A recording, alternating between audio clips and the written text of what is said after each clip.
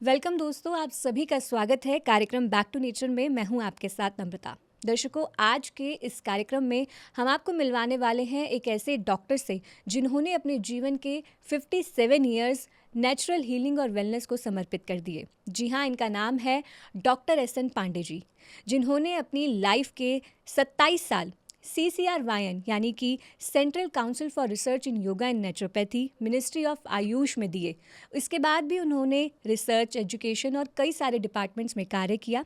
आजकल वो international university of Nagaland के चांसलर हैं और आज के इस कार्यक्रम में हम उनसे जानेंगे कि क्या है लाइफस्टाइल का हेल्थ से कनेक्शन, नेचुरोपैथी के बेसिक प्रिंसिपल्स क्या है और कैसे नेचुरल वेज से हम अपने आप को हील कर सकते हैं। तो चलिए कार्यक्रम की शुरुआत करते हैं और सर का स्वागत करते हैं। वेलकम सर, आपका कार्यक्रम में बहुत बहुत स्वागत है। धन्यवाद।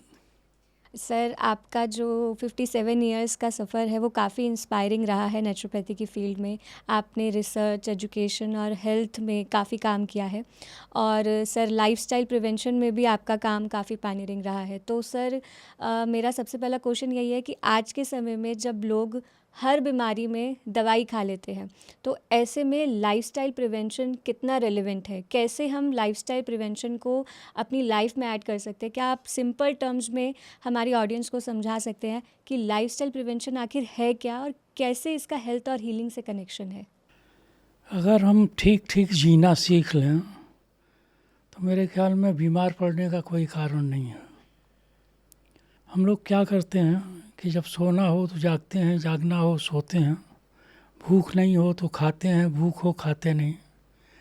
तो ये जो जीने का तरीका है, ये तरीका हमें रोगी बनाता है। लाइफस्टाइल इंटरवेंशन का मतलब ये है कि अगर आप ठीक ठाक नहीं चल रहे हैं और आप जैसे भी हैं संतुष्ट नहीं हैं अपने जीवन से, तो कोई ना कोई कारण होगा। अगर आपके जीवन में ठीक ठीक सब कुछ है और आप स्वस्थ हैं, कोई ज़रूरत नहीं है कि लाइफस्टाइल इंटरवेंशन करो। लेकिन अगर आप अस्वस्थ हैं, तनाव में रहते हैं, तो ज़रूर कोई ना कोई गड़बड़ है, कुछ ना कुछ आपके जीवन शैली में गड़बड़ है जिसको ठीक करने की ज़रूरत है। मूल रूप से जो जीवन शैली सुधार का कार्यक्रम है, इसमें हम लोग भोजन, आहार, निद्रा, सोना जागना, सेक्स अब्यूज़, काम, स्पिरिचुअलिटी, अध्यात्म, इन चीज़ों को ठीक करते हैं। स्वास्थ्य कोई एक चीज़ नहीं है कि केवल शरीर, मन, अध्यात्म, ये तीनों चीज़ें जब जुड़ती हैं तब जा कर के स्वास्थ्य बनता है। तो हम लोगों का जो कार्यक्रम है स्वास्थ्य सुधार का, वो फिज़िकल, मेंटल, मॉरल और स्पिरिचुअल 4 प्लेन पर होता है। अगर मॉरली भी आप ठीक नहीं हैं तो भी आप रोगी हैं। और कोई भी चीज़ आपको मिल जाए और कुछ भी आप बन जाए, तब तक आप शांत नहीं रह सकते जब तक कि आपका आध्यात्मिक रूप से प्रगति नहीं होती है। तो इसलिए शारीरिक, मानसिक, नैतिक और आध्यात्मिक तौर पर आपके जीवन शैली में किस तरह से ठीक ठाक सब रहे, ये विद्या जो है लाइफस्टाइल इंटरवेंशन, जीवन शैली में सुधार का कार्यक्रम कहा जाता है। जी सर, नेचुरोपैथी के बेसिक प्रिंसिपल्स क्या होते हैं, फंडामेंटल प्रिंसिपल्स क्या होते हैं जो कि हमें हमारी हेल्थ को ठीक करने में मदद करते हैं? नेचुरोपैथी का एक ही सिद्धांत है। नेचुरोपैथी की मान्यता है कि अगर आपके शरीर में विजातीय पदार्थों का एकत्रीकरण हो गया तो आप रोगी हो जाएंगे। इस सिद्धांत को विजातीय पदार्थ का सिद्धांत कहते हैं, मॉर्बिड मैटर थ्योरी, कि root cause of all the diseases is one, that is accumulation of foreign matter in your body. तो जब सारे रोगों का एक कारण है तो इलाज भी एक ही है। इलाज क्या है कि शरीर को स्वच्छ कर दो। अब शरीर को स्वच्छ करने के कई तरीके हैं, है ना। योग में षटकर्म है, हम लोग नेचुरोपैथी में मिट्टी पट्टी से लेकर के और हाइड्रोथेरेपी की तमाम प्रक्रियाएं, एनिमा से लेकर के और उपवास तक, ये तमाम चीज़ें कराते हैं। मूल उद्देश्य एक ही रहता है कि शरीर को अंदर से स्वच्छ कर देना। तो अगर आपका शरीर अंदर से स्वच्छ है तो कोई कारण नहीं है कि आपको रोग हो। लेकिन हाँ, इसमें 2 चीज़ें मैं और बताता हूँ कि केवल शरीर के स्वच्छ होने से ही काम नहीं चलेगा। शरीर में जिन जिन तत्वों की ज़रूरत है उनकी पूर्ति करना भी बहुत आवश्यक है। इसलिए भोजन का सुधार बहुत ज़रूरी है। अगर आपको जिन तत्वों की, जिन विटामिन्स की, मिनरल्स की ज़रूरत नहीं होगी तो आप समझ लीजिए डिफिशेंसी डिजीज़ से आप पीड़ित हो जाएंगे। तो उनको आप पूर्ति करते रहिए। और कोई चीज़ एक्सेस में है तो वो भी बुरा है, वो उसको भी आपको ठीक करना पड़ेगा। तो आप तो ये कि शरीर को अंदर से बाहर से स्वच्छ रखिए, मन को स्वच्छ रखिए, शरीर को जो कुछ भी आपूर्ति चाहिए पूर्ति करते रहिए, तो कोई कारण नहीं है कि आप अस्वस्थ हों, स्वस्थ ही रहेंगे। सर, आपकी वेबसाइट पे हमने देखा था कि नेचुरोपैथी के बेसिक प्रिंसिपल्स में आपने वाइटल फोर्स की भी बात करी हुई है, तो ये वाइटल फोर्स क्या होता है? हमारे शरीर में एक जीवनी शक्ति नाम की कोई चीज़ है जो हमारे शरीर को ठीक करने के दिशा में काम करती रहती है। अगर आप बीमार पड़ते हैं और आपके शरीर में पर्याप्त जीवनी शक्ति है तो वो आपको ठीक कर देगी। असल में दवाइयाँ रोग को नहीं ठीक करती हैं, ठीक शरीर की जीवनी शक्ति ही आपको ठीक करती है। और जिसके शरीर में पर्याप्त जीवनी शक्ति है वो कभी बीमार नहीं पड़ता, और अगर बीमार पड़ भी जाए तो ठीक हो जाता है। तो वाइटल फोर्स एक ताकत है शरीर की अंदरूनी, जो हमें रोगों से रक्षा करती है और रोगी हो जाए तो उसको ठीक भी कर सकती है। और इस जीवनी शक्ति का संवर्धन बहुत ज़रूरी है। हम अगर ठीक ठीक नींद नहीं लेंगे जीवनी शक्ति क्षीण होगी, ठीक ठीक भोजन नहीं करेंगे क्षीण होगी, गलत सोचेंगे क्षीण होगी। तो ये जो जीने के तरीके में गड़बड़ी है तो वो जीवनी शक्ति को क्षीण करता है। इसलिए हम लोग कहते हैं कि आप ठीक ठीक जीना सीख लो, ये आपको एक गारंटी है कि आप बीमार नहीं पड़ोगे। अब ठीक ठीक जीने के बारे में कई तरह की धारणाएं हैं, प्राकृतिक चिकित्सा की अपनी धारणा है।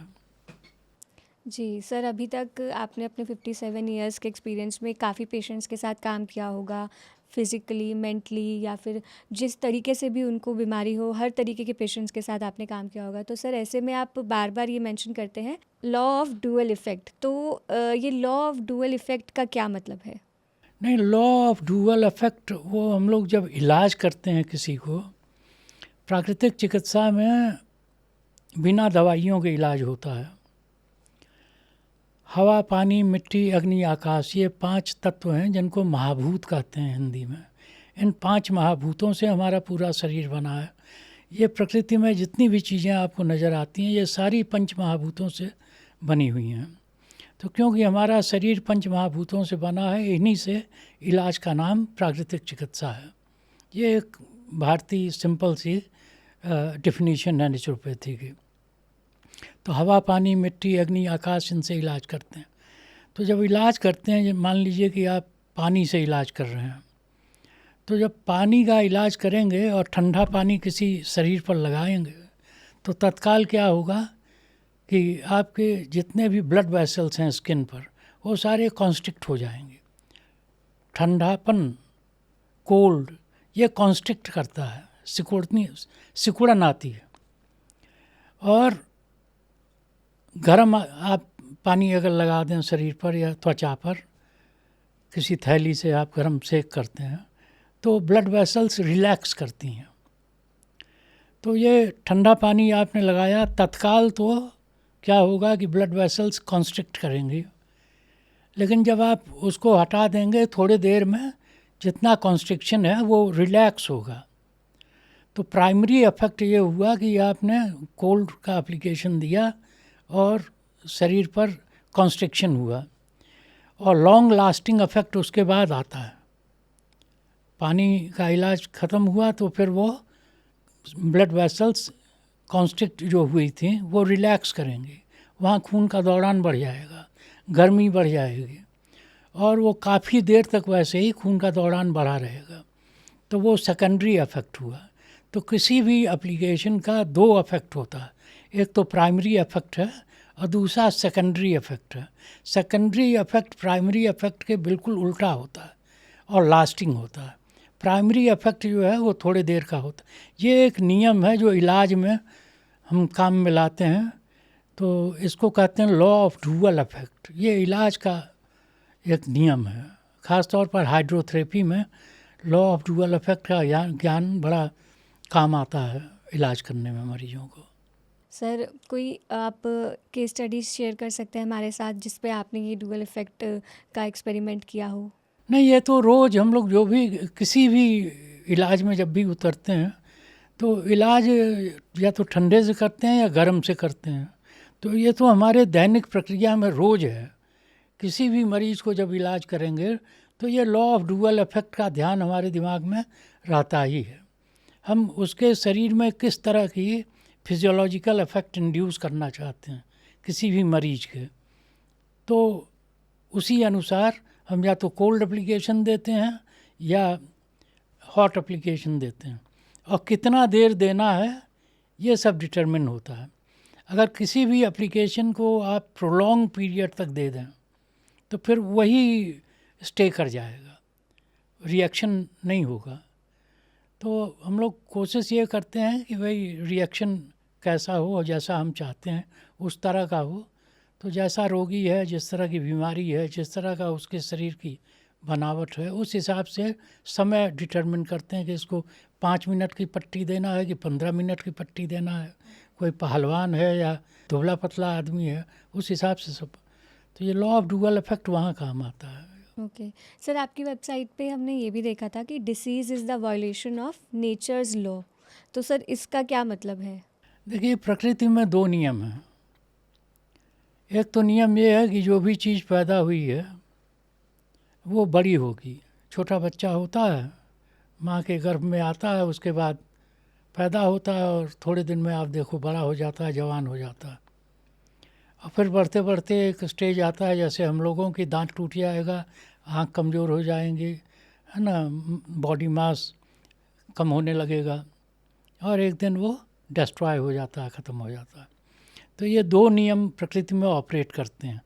तो ये जो नियम है जो चीज़ों को निर्माण करता है उसको कहते हैं कंस्ट्रक्टिव प्रिंसिपल्स इन नेचर, है ना, रचनात्मक सिद्धांत प्रकृति का। और दूसरा है डिस्ट्रक्टिव प्रिंसिपल इन नेचर, है ना, विध्वंसकारी नियम जो प्रकृति में है। ये दोनों नियम एक साथ ऑपरेट करते हैं प्रकृति में। आप पैदा हुए उसी दिन से ये दोनों नियम आप पर चलने लगते हैं। आप बड़े होते हो, है ना, जब तक बड़े हो रहे हो तो क्या हो रहा है कि कंस्ट्रक्टिव प्रिंसिपल का नियम ज़्यादा फोर्सफुली काम कर रहा है।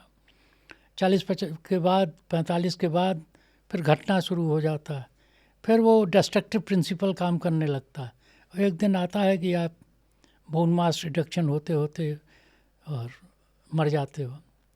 तो ये 2 नियम हैं। तो इन नियमों को ध्यान में रख करके आदमी को बिहेव करना चाहिए। हम लोग जो इलाज करते हैं किसी मरीज का, तो उसमें जो लॉ ऑफ ये कंस्ट्रक्टिव प्रिंसिपल है उसको प्रमोट करते हैं और डिस्ट्रक्टिव प्रिंसिपल जो है उसको वीक करते हैं। और इसी वजह से अब violation of laws of nature, प्रकृति में जो सिद्धांत हैं आदमी के स्वस्थ रहने के, उसको कहते हैं लॉज ऑफ नेचर। और वो बड़े सिंपल से हैं कि आपको भूख लगता है आप खाना खाइए, प्यास लगती है आप पानी पीजिए, आपको मालूम भी पड़ता है, बताने की ज़रूरत नहीं पड़ती। नींद आती है आप सो जाइए, काम करते करते थक गए हैं आप आराम कर लीजिए।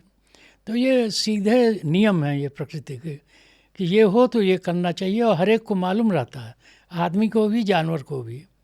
जानवर तो अपना आम तौर पर प्रकृति के नियमों के अनुसार चलता है, उसको भूख लगेगा खाएगा, बीमार पड़ जाएगा खाना छोड़ देगा, है ना, थक जाएगा कहीं बैठ जाएगा।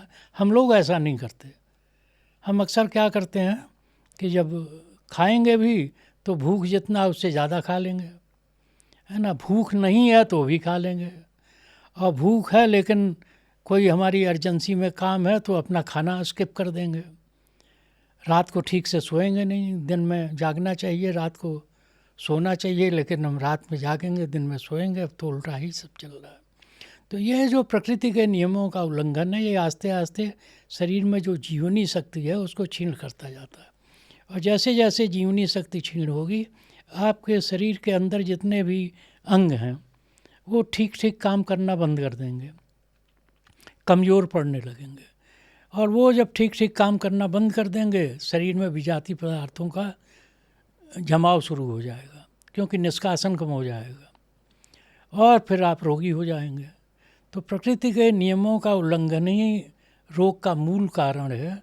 ये मैंने उसमें दिया हुआ है वेबसाइट में। जी सर, अगर हम प्रकृति के नियमों का पालन करें, जैसे आपने शुरुआत में कहा लाइव इंटरवेंशन में हम लाइफ को अगर सुधार लें, अपनी दिनचर्या सुधार लें, अपना खान पान सब सुधार लें, तो क्या हमारी भीतर हमारे अंदर जो बीमारियां हैं वो अपने आप हील होना शुरू हो जाएंगी? हमारी बॉडी में इतनी पावर होती है कि वो सारी बीमारियों को खुद हील कर ले? शरीर एक सेल्फ हीलिंग मशीन है। वो ख़राब हो जाए तो खुद को अपने आप ठीक कर लेती है, वाइटल फोर्स है उसके माध्यम से। तो अगर आप ठीक ठीक जीने लगें तो निश्चित रूप से आप स्वस्थ हो जाएं। बीमार हैं तो भी स्वस्थ हो जाएंगे। आपकी हीलिंग प्रोसेस जो है वो ऑटोमेटिक काम करने लगेगी।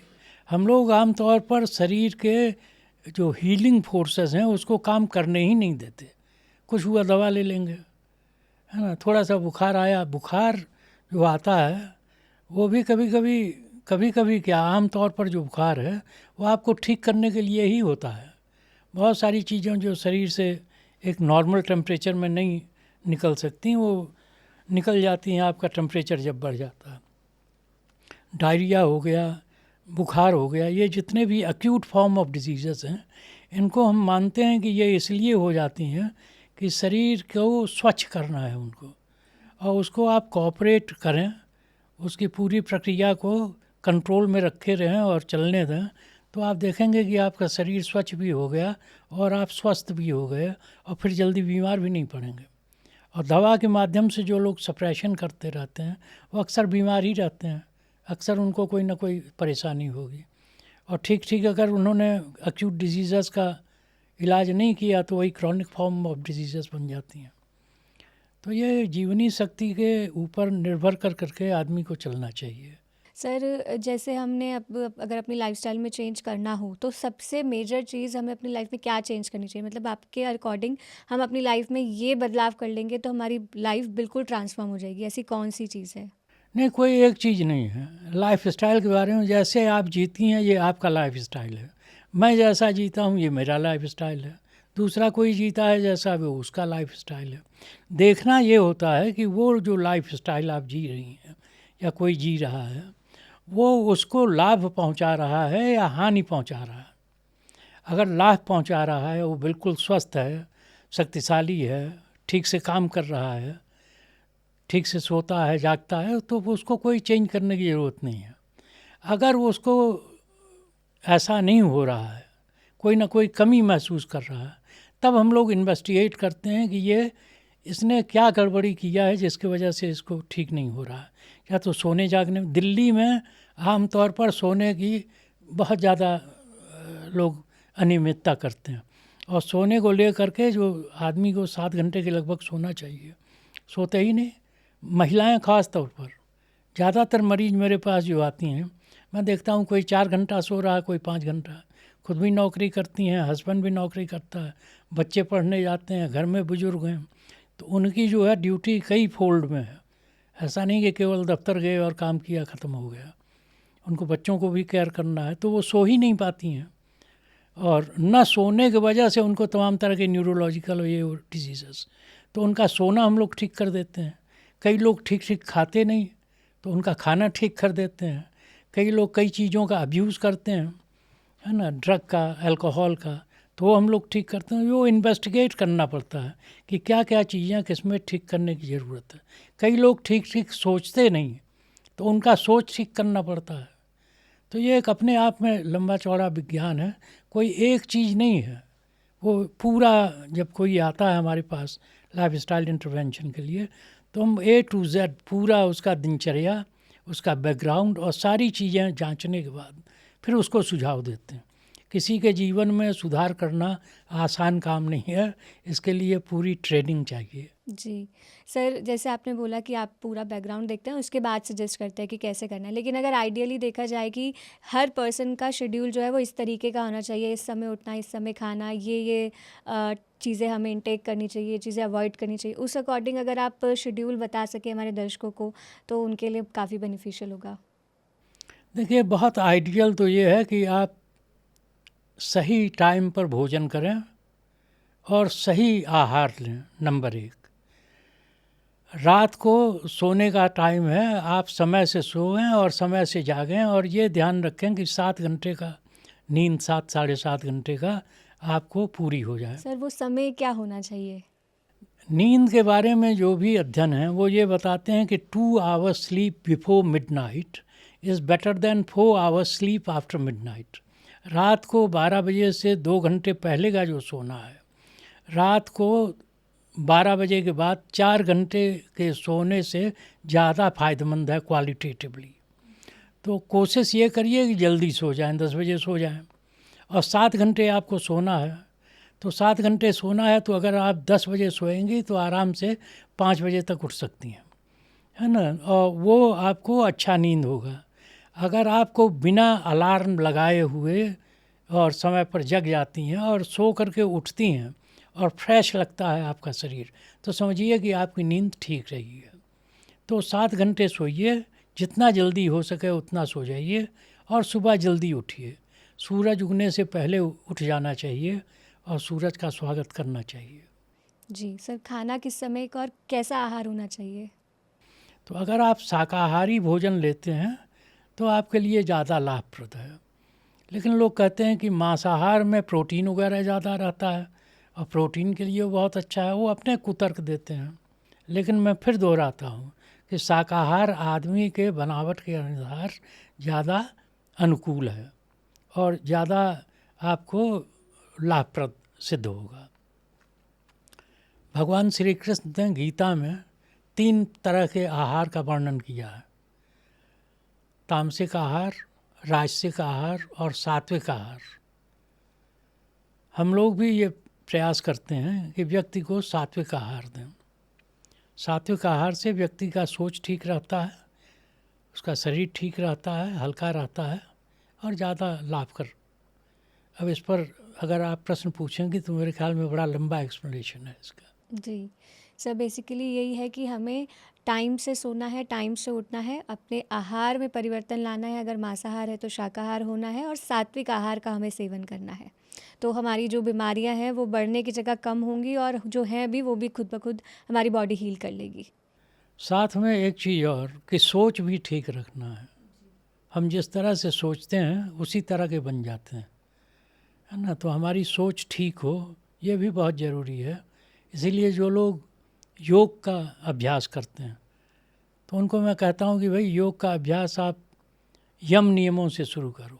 जी बिल्कुल सर, लाइफस्टाइल में चेंज करना है, अपनी सोच को बदलना है, हमारी लाइफ बेहतर हो जाएगी। सर, इतनी सारी जानकारी दी आपने, कार्यक्रम में आप आए, इसके लिए बहुत बहुत धन्यवाद। नमस्कार। तो दर्शकों, आज के इस कार्यक्रम में हमने बात की doctor S N Pandey ji से। उन्होंने हमें यही बताया कि कैसे बॉडी, माइंड और स्पिरिट को हम नेचर के करीब लाकर अलाइन कर सकते हैं। जब तक हम नेचर के करीब नहीं आएंगे तब तक हम अपनी फिजिकल हेल्थ को बेटर नहीं कर सकते, अपनी मेंटल हेल्थ को बेटर नहीं कर सकते, और ना ही अपनी स्पिरिचुअल हेल्थ को बेटर कर सकते हैं। हमें ठीक रहने के लिए नेचर के करीब आना होगा और तीनों हेल्थ को बेटर करना होगा, तभी हम असली हेल्थ की प्राप्ति कर सकते हैं। तो अगर आपको ये एपिसोड अच्छा लगा हो तो आप हमारे एपिसोड को ज़्यादा से ज़्यादा शेयर करें। अगर आप एपिसोड टीवी पे देख रहे हैं तो हमें यूट्यूब पे सब्सक्राइब करना बिल्कुल ना भूलें, और यदि यूट्यूब पे देख रहे हैं तो हमारे PMC ऐप को भी डाउनलोड करें। नमस्कार। PMC हिंदी